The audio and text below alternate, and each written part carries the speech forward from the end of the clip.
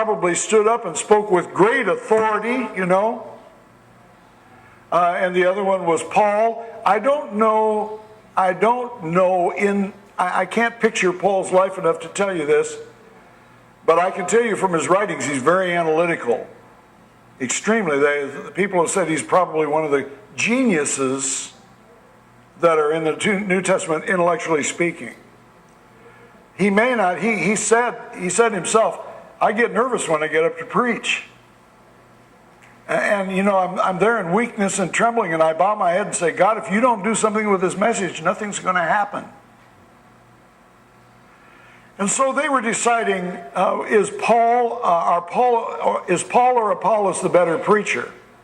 And then some of them, with a particularly Jewish background, liked Orthodox Peter's messages, because his messages, you can tell in his writing, all of his sermons filtered through the Old Testament law.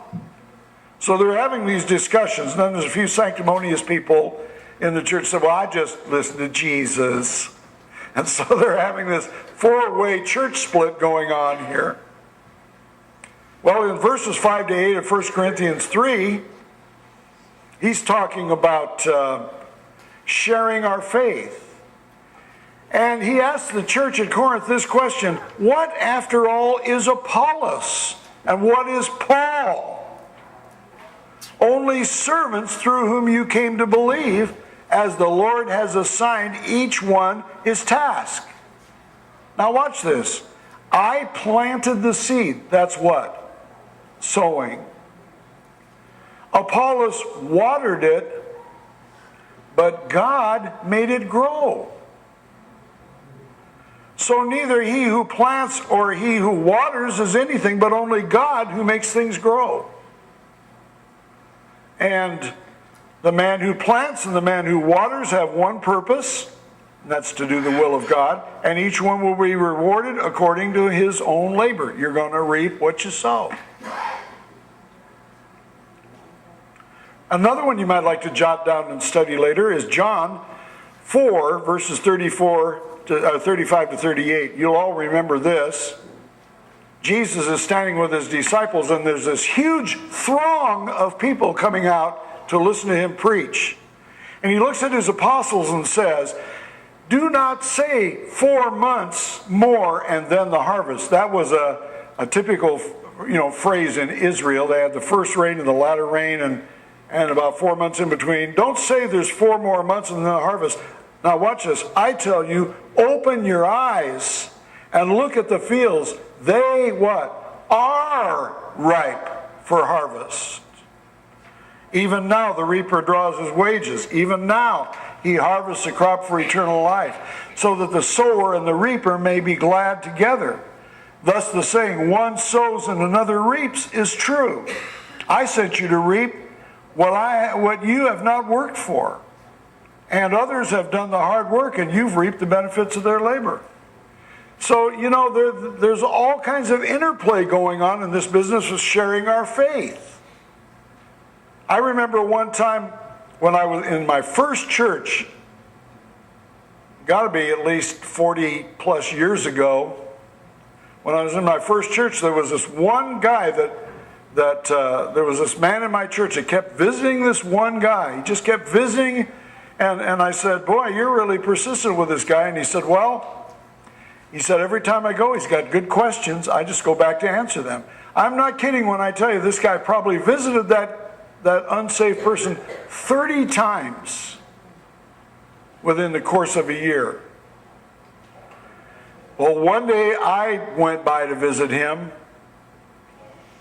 and I had the joy of leading that young man to Christ. And I have to tell you that the very time I was praying the prayer, I knew I'm reaping where someone else has sown. That this brother who'd been over there so persistently, he sowed the seed, and I'm getting to put the bow on the package. So we each do our part, Maybe you're frustrated at witnessing to someone in your family that doesn't know the Lord. They keep putting you off. Keep sowing the seed. God may send somebody else to actually water it. But that's not the point. The point is be faithful to what God is calling you to do. All right, let's switch thoughts. Here's another way. Giving and receiving. Giving and receiving and the laws of principles of spiritual sowing and reaping. Jesus says something interesting here. Now, let me tell you, I'm not going to sound like Oral Roberts when I say this. I'm not going to say give $1 to God so he'll give you 10. But I am going to tell you this. Jesus said, give and it will be given to you. He says, open your hands. Open your hearts.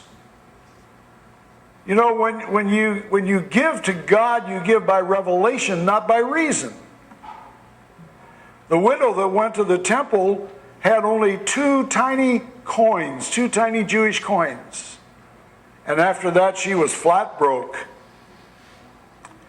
And she went to the temple and she put those coins in the offering plate.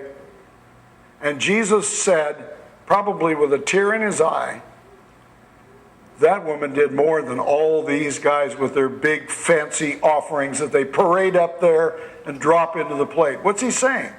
He's saying it's not just what you give, it's how you give it. Now watch this in Luke 6:38. Given it will be given unto you, a good measure, pressed down, shaken together, and running over, it will be poured into your lap.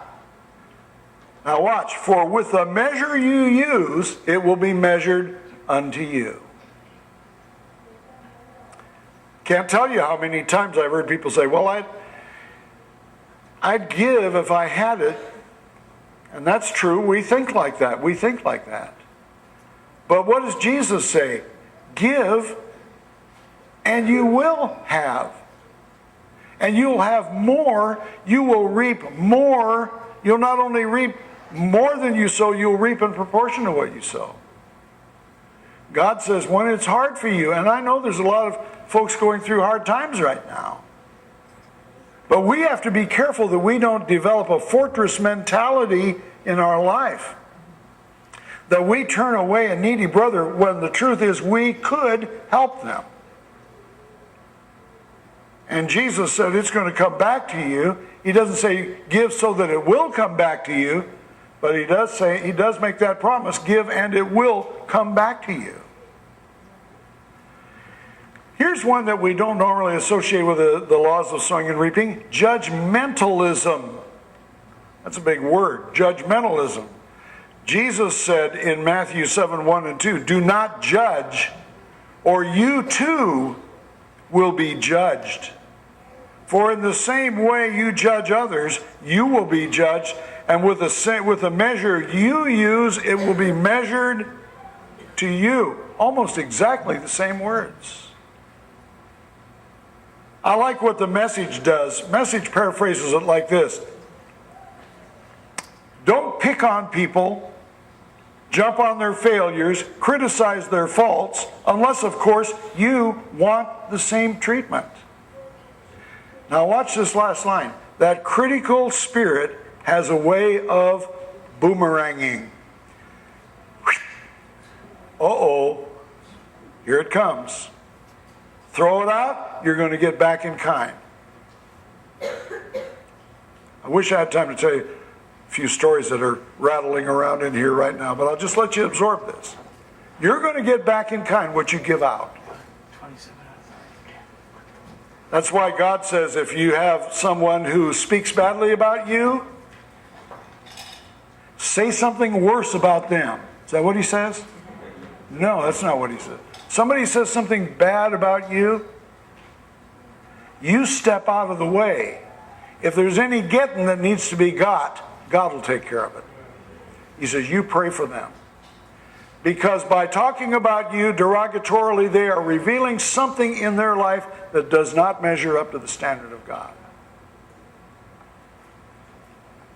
All right, here's another one from Matthew 5:7. This is on the topic of mercy.